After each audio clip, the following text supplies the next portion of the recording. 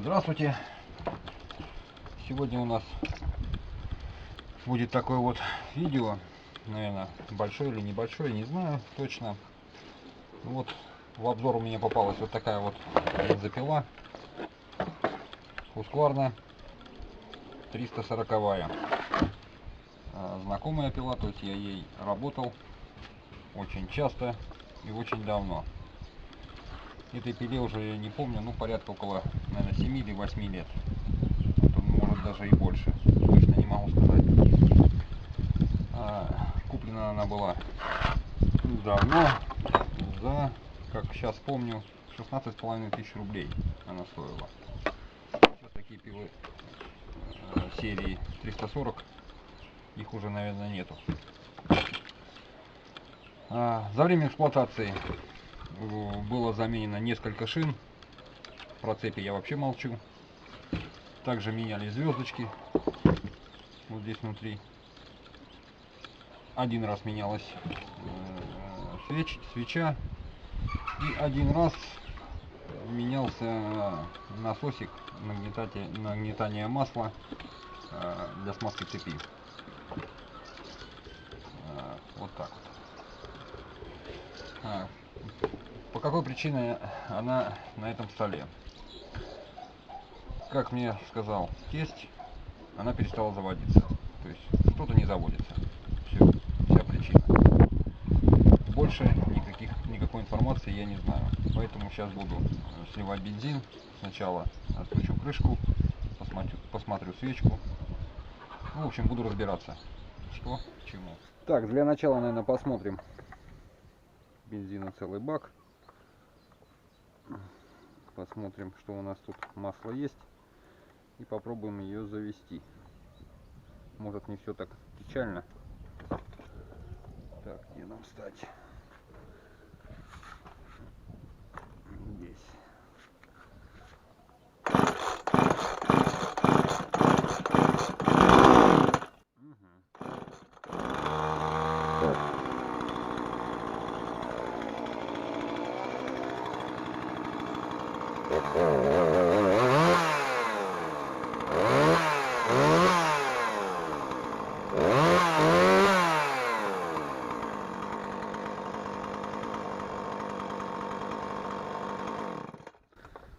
Ну вот, блин, тесть обломал с видео.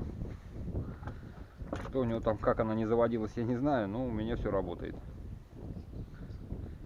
Ну вот, наверное, и все. Или может что еще рассказать? Ну и давайте вообще-то хоть что-нибудь сделаем. Так, цепь слабая. Цепь уже подвыработанная, слабенькая. Сейчас цепи стали делать вообще никудышнее. Помню раньше цепи марки, это у нас непонятно что, без названия. Цепи марки Штиль ходили очень хорошо, не вытягивались так сильно. Честной болт у нас простой, отвертка, открутим цепь. Здесь вот болтик, засрано все. Ну, это понятно. Пила работает. Чуть-чуть. Цепь должна оттягиваться. Ну, здесь вот уже и шина. Цепь стоит боком. Уже шина выработанная. И переворачивать ее уже смысла нету. Уже неоднократно перевернута. Так. И что? Поточим, наверное. При заточке я уже не использую никаких ни планочек, ничего. Раньше была и планочку использовал, и даже станочек где-то был. Сейчас уже все от руки. Говорится, дело времени. Здесь в основном на цепях, на всех, есть маркировочка. Вот она. Полосочка такая. Полосочка это где-то равняется 35 градусам. И вот нужно напильник держать именно где-то параллельно этой полосочке. Это при распиловке мягких пород древесины. Ну, в основном это под стандарт идет.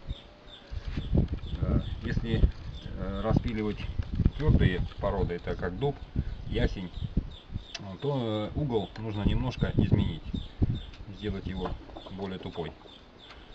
Вместо 35 градусов сделать, может, градусов 30. Ну, так как дуб пилить не будем.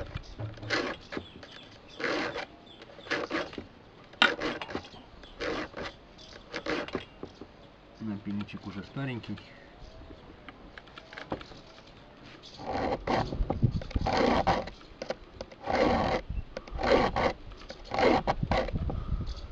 Сильно тут подтачивать не надо. Главное, чтобы был кончик. Вот этот не блестел. И вот эта ровная была поверхность. Вот этой рисочкой.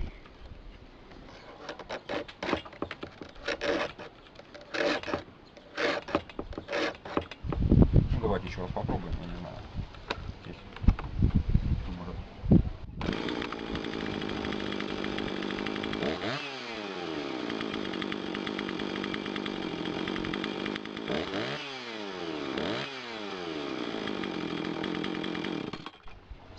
Все замечательно.